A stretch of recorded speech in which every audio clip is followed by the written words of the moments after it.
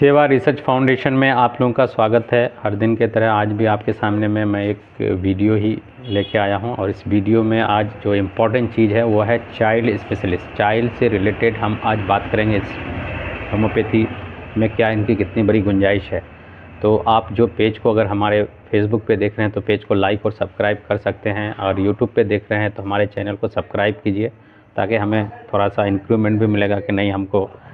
काम करने में थोड़ा सा इंटरेस्ट आ रहा है। तो आज हम हेमोपैथी में कुछ ऐसे संभावना पे बात करेंगे कि क्या हेमोपैथी में कुछ बच्चों का या ऐसे बच्चों का हम लोग ट्रीटमेंट कर सकते हैं, चाहे वो बिफ़ोर आप अगर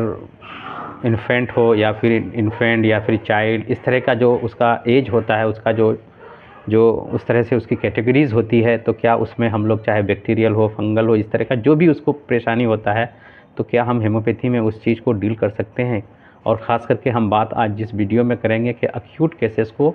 बच्चों में होने वाली कोई भी बीमारी सिर्फ टीजीए छोड़ के, जो हार्ट से रिलेटेड टीजीए होता है, ट्रांजेक्शनल जो आर्टरीज़ होता है, जो उल्टा होता है, जिसको आम भाषा में कहा जाता है, बाकी पीडीए, एएसडी, वीएसडी, इस तरह की अगर कोई भी बीमारी हार्ट की हो, चाहे अस्थमा हो, सीओपीडी तो नहीं बच्चों में ज़्यादा देखा गया है, लेकिन आपको उसको अस्थमा होता है, ऐसा चीज़ में व्हीपिंग कफ हो, चाहे वो डिहाइड्रेशन हो, डायरिया हो, निमोनिया हो, इस तरह का कोई भी बीमारी अगर बच्चों में होता है, तो बच्चों में अब अगर आप आज की इस वीडियो में मैं कुछ बुक का हवाला दूंगा, जिसमें आप अगर डॉक्टर हैनमन साहब की किताब क्योर विथ केयर चाइल्ड में आप देखिएगा तो उसमें सारा सिस्टम दिया हुआ इस चीज़ में है कि डॉक्टर तो आज जाइएगा, कोई भी पैथी का डॉक्टर है, वो बच्चा पैदा हुआ जस्ट निकाल के लैक्टोजन, तो आपको सेरेलिक्स खिलाना शुरू हो गया। तो जब बच्चा पैदा होने के जस्ट बाद ही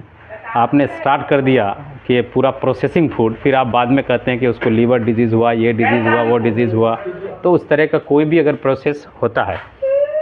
तो आप बताइए कि क्या ऐसा चीज़ सही है। आप गाय का दूध पिला सकते हैं, क्योंकि हेमोपैथी के उस बुक में हमने देखा है, उसमें स्टडी किया है हैनमन साहब का, उसके थ्रू केंट साहब का, फिर उसके थ्रू ये सारे जो है विलियम बोरी साहब इस सब के हवाले से लिखते हैं कि अगर मान लिया एक मिल्क है तो मिल्क का, अब मान लिया माँ का मिल्क है, तो माँ का मिल्क जो है तो कितना अच्छा है। अगर उसके एवज में नहीं होता है तो आप उसके एवज में जो है ना, बच्चे को आप गाय का मिल्क दे सकते हैं। तो गाय का मिल्क में एक्चुअली क्या दे सकते हैं कि जैसे आप हैं तो उसमें जो है ना, मान लिया प्रोटीन है वो 4% है, आपको शुगर वो भी 4% है ना, इस फैट वो भी 4%, स्टार्च भी होता है उसमें। तो अगर उसमें ये सब सारे चीज़ें हैं तो उसमें वो नियम दिया गया है कि आप किस तरह से यूज कीजिएगा। तो हेमोपैथी में बच्चों के लिए भी बहुत सारी ऑप्शन बनती है और बहुत सारा ट्रीटमेंट होता है। अगर आप इससे रिलेटेड कोई अच्छा सा वीडियो चाहते हैं तो आप हमको कमेंट कर सकते हैं, हम सारा डिटेल बताएंगे। एक्यूट